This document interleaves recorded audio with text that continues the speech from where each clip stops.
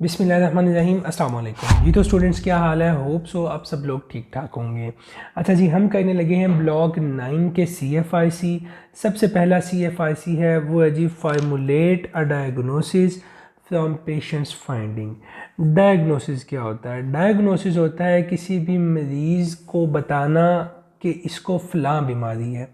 आप ओपीडी में बैठे हैं या इमरजेंसी में बैठे हैं, एक मरीज़ आपके पास आता है, वो बताता है कि मुझे जी ये चीज़ें हो रही हैं। अब मरीज़ अनपढ़ है, उसको जो डिजीज़ के नाम है वो नहीं पता, वो बताता है कि जी मुझे ये भी मसला है, ये भी मसला है, ये भी मसला है।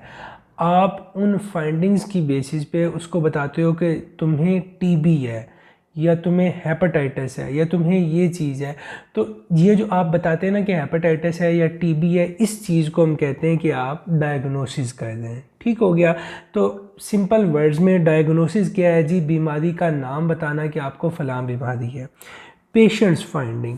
अब पेशेंट्स फाइंडिंग क्या क्या चीज़ें होती हैं, कैसे हम पेशेंट्स फाइंडिंग ले सकते हैं एक बंदे की जो हमारे पास आ रहा है चेक करवाने, उसकी बातों से, उसके एग्जामिनेशन से, उसके टेस्ट करवाने से, सो दैट कि हम अपने डायग्नोसिस पे पहुंच सके।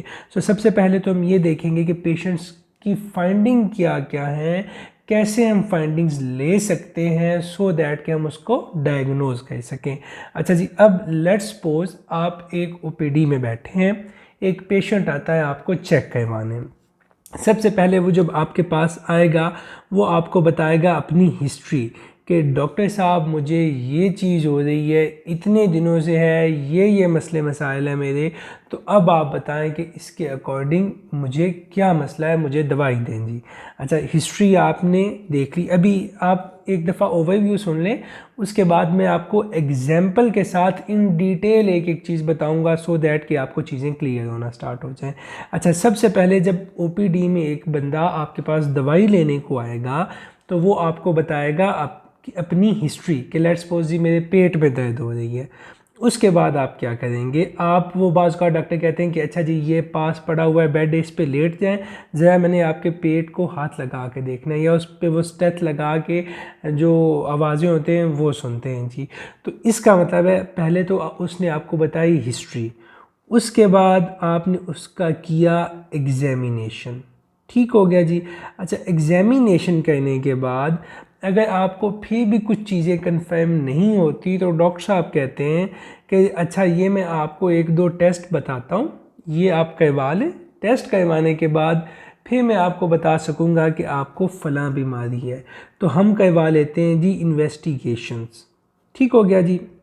मतलब अभी तक जो मैंने आपको बातें बताई हैं इनमें किसी भी किस्म की कोई भी रॉकेट साइंस नहीं है कि एक आप ओपीडी में बैठे, एक बंदा आपके पास आया है, उसने आपको हिस्ट्री दी है कि डॉक्टर साहब मुझे ये चीज़ें इतने दिनों से हो रही हैं, आपने उसको लिटा के उसका एग्जामिनेशन कर लिया।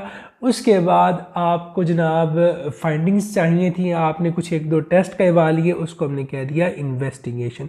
तो इन तीन चीज़ों से जो डाटा हम एक्सट्रैक्ट करेंगे उस डाटा की मदद से हम बताएंगे कि अच्छा जी आपको हेपेटाइटिस है, आपको टीबी है या आपको कोई और बीमारी है। सो इन चीज़ों की मदद से हम डायग्नोसिस पे पहुंचते हैं। अच्छा, अब बुक्स क्या कहती हैं? बुक्स ये कहती हैं, अच्छा आपको यहाँ पे एक और बात मैं बताता चलूँ कि जो अभी मैं आपको बताने जा रहा हूँ ना, ये मोस्ट ऑफ द बुक्स में लिखा हुआ है but in a percentage manner नहीं लिखा हुआ। ठीक हो गया जी। अच्छा, अब लिखा क्या हुआ है, आप परेशान हो गए होंगे क्या लिखा हुआ है जी।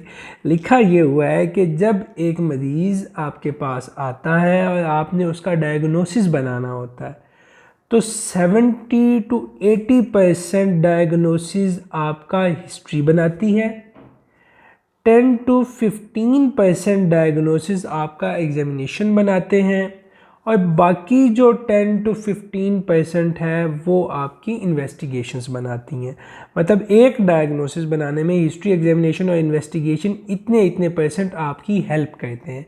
अच्छा, आपको जब प्रोफेसर्स पढ़ा रहे होते हैं हर प्रोफेसर इस चीज़ का हवाला देता है। हाँ, परसेंटेज वेरी कर सकती है, कोई कह देगा जी 75% हिस्ट्री है, कोई कुछ परसेंटेज कह देगा, but most of the percentage जो है वो हिस्ट्री बनाती है, then examination and then investigation.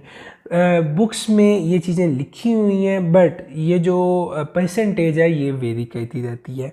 Hope so आपको अब तक वाली चीज़ें समझ आ गई होंगी जितनी मैंने अभी बताई हैं। अगर इसमें कोई क्वेश्चन हो तो आप नीचे कमेंट सेक्शन में पूछ सकते हैं जी। अच्छा, उसके बाद अब हम आगे एग्जाम्पल पे चलते हैं कि एक एग्जाम्पल मैं आपको देता हूँ कि आप कैसे एक बंदे का डायग्नोसिस बनाते हैं जी। अच्छा, अब लेट्स सपोज आप जी एमरजेंसी या ओपीडी में बैठे हैं, आपके पास एक बंदा आता है, वो कहता है जी मुझे चेस्ट पेन है। अभी हमारा जो पहला हिस्ट्री वाला काम है वो चल रहा है।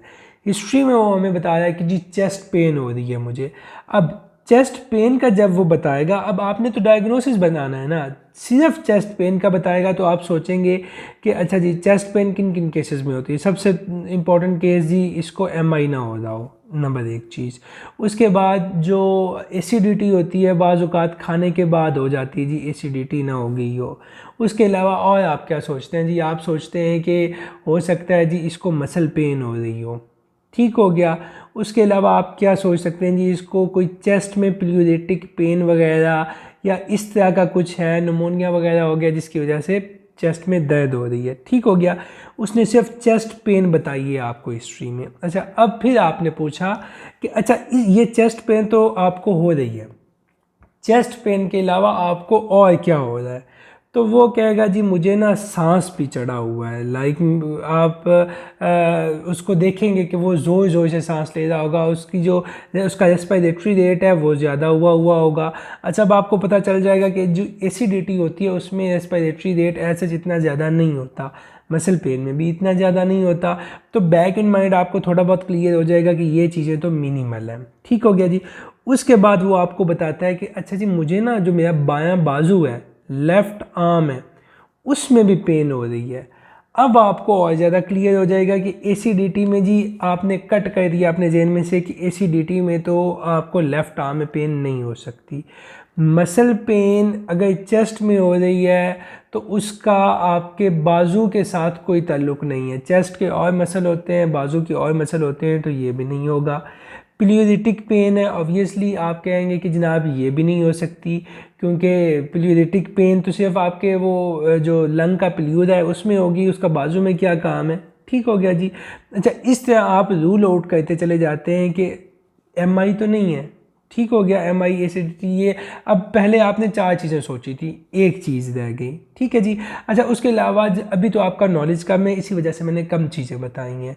अगर आपका नॉलेज थोड़ा ज़्यादा हो तो आपको पता होगा कि जी अच्छा पल्मोनरी एम्बोलिज्म भी हो सकता है, उसमें भी इस तरह की फाइंडिंग आ सकती हैं। Got it. अच्छा, अब कंफर्म करने के लिए उसकी हिस्ट्री से आपको लगने लग गया, आपने बैक इन माइंड एक डिफरेंशियल डायग्नोसिस बना लिया कि अच्छा इसको एमआई हो सकता है या पल्मोनरी एम्बोलिज्म हो सकता है। अब मोस्ट ऑफ द टाइम जो मैंने आपको बताया था कि 70 to 80% आपकी जो हिस्ट्री है उसने आपको हेल्प यहाँ पे कर दिया। अब आगे आते हैं हम एग्जामिनेशन में। एग्जामिनेशन में अब हम उसको एग्जामिन करके देखेंगे। ऑब्वियसली एग्जामिनेशन में हम क्या कुछ देखते हैं, हम वाइटल्स देखते हैं एग्जामिनेशन में कि उसका जी ब्लड प्रेशर कितना है, ब्लड प्रेशर उसका रेज तो नहीं है, ठीक हो गया। उसका रेस्पिरेटरी रेट कितना है, वो रेज है या नहीं रेज, या कम है या नॉर्मल है, SpO2 कितनी है, इस तरह जो बाकी चीज़ें वाइटल्स में हम लोग देखते हैं वो चीज़ें हम देख लेंगे जी एग्जामिनेशन में। उसके अलावा जो ये हार्ट के मसले मसाइल होते हैं उसमें एग्जामिनेशन में हमें कुछ और फाइंडिंग्स भी मिलती हैं। आपके लेवल पे उनको याद रखने की ज़रूरत नहीं है, क्योंकि मैं सिर्फ आपको एज एन एग्जांपल ये केस बता रहा हूँ, तो आपने इसको एज एन एग्जांपल ही लेना है। ये आपको वो ऐसा याद करने की या रट्टे मारने की ज़रूरत नहीं है जी। अच्छा, अब एग्जामिनेशन में और क्या फाइंडिंग्स होंगी, जो हमारा राइट हार्ट फेलियर होता है उसमें जो पाँव होते हैं उन पे सूजन आ जाती है, तो एग्जामिनेशन में इस तरह की चीज़ें भी हम देख लेंगे, ठीक हो गया। मतलब पहले हमने हिस्ट्री से एक अपने जहन में एक डायग्नोसिस बनाया, एग्जामिनेशन से कुछ हद तक हमें चीज़ें पता लगें कि अच्छा जो हिस्ट्री में हमने चीज़ें देखी हैं, हमने एक डिफरेंशियल डायग्नोसिस बनाया है, उसको हमारा एग्जामिनेशन कितना एक्सपोर्ट कर रहा है। उसके बाद अच्छा इस एग्जामिनेशन से पल्मोनरी एम्बोलिज्म या अगर और डिजीज़ भी आप देख रहे हैं तो काफ़ी ज़्यादा वो भी रूल आउट हो जाएंगे जी। अच्छा, उसके बाद अब हम आते हैं आगे।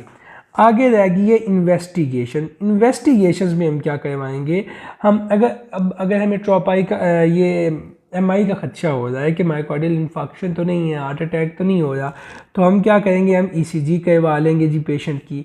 ईसीजी में हमें पता लग जाएगा कि एसटी एलिवेशंस तो नहीं आ रही, ठीक है, या एसटी डिप्रेशंस तो नहीं आ रही, स्टेमी एंड स्टेमी तो नहीं है। अच्छा, ईसीजी हमने करवा ली, उससे एक तो हमें आइडिया हो जाएगा। हमने ट्रॉपाई करवा लिया। ट्रॉपाई एक टेस्ट होता है जो very specific to your MI होता है, मतलब अगर ये रेज हो तो उसमें 95 to 100% चांसेस होते हैं कि एमआई ही है। तो जब आपने ट्रॉपाई करवा लिया और ट्रॉपाई आपको रेज मिला है तो आपको कंफर्म हो गया कि जी इसको एमआई हो रहा है। Got it. मतलब एक मरीज़ आपके पास आया था, अब मैं चीज़ों को इन अ नटशेल अगेन आपको बताने लगा हूँ। एक मरीज़ आपके पास आया, उसने आपको हिस्ट्री दी, हिस्ट्री से आपने काफ़ी कुछ डायग्नोज कर लिया कि अच्छा इसमें जो ये चीज़ें ये तो नहीं हो सकती, तो मुझे फ़लाँ चीज़ लग रही है। उसके बाद आपने कहा अच्छा जी अब मैं इसका एग्जामिनेशन कर लूँ। एग्जामिनेशन में आपने देखा कि कौन कौन से वो पॉइंट्स हैं जो कि मेरे डिफरेंशियल डायग्नोसिस को सपोर्ट कर रहे हैं, सो दैट कि मुझे और कंफर्म हो जाए कि हाँ जी इसको मसला है ही है। अब देखें जैसे एक हेपेटाइटिस का पेशेंट है, उसमें यकान है, ठीक है, उसने आपको अपनी हिस्ट्री बता दी। आप जब एग्जामिनेशन में जाएंगे तो आप देखेंगे कि अच्छा पीलापन उसकी आंखों में कितना है, उसके नाखूनों में कितना है। तो ये चीज़ें होती हैं एग्जामिनेशन वाली जो कि आपको बताती हैं। तो एग्जामिनेशन में कुछ चीज़ों ने आपको बता दिया। उसके बाद आपने करवा ली जी इन्वेस्टिगेशन, आपने ईसीजी करवा ली। इस केस में जो एग्जांपल मैंने आपको अभी दी है, आपने ट्रॉपाई करवा लिया। ट्रॉपाई के बाद ट्रॉपाई आपको रेज मिला, ईसीजी में एसटी एलिवेशंस आई, आपको एग्जैक्ट पता चल गया कि मायोकार्डियल इन्फार्क्शन है, ठीक है जी, एमआई है। और ट्रॉपाई से एमआई का पता लग गया, ईसीजी से पता लग गया कि हार्ट की कौन सी वाल अफेक्टेड है। तो इस तरह आपने एक पेशेंट की फाइंडिंग्स से एग्जैक्ट डायग्नोसिस बना लिया कि अच्छा हमारा जो मरीज़ है उसको ये वाला मसला मसाइल हो रहा है। होप सो मेरी इतनी लंबी तकरीर का आपको फ़ायदा हुआ होगा, समझ लगी होगी। अगर आपका कोई भी क्वेश्चन है तो आप नीचे कमेंट सेक्शन में पूछ सकते हैं।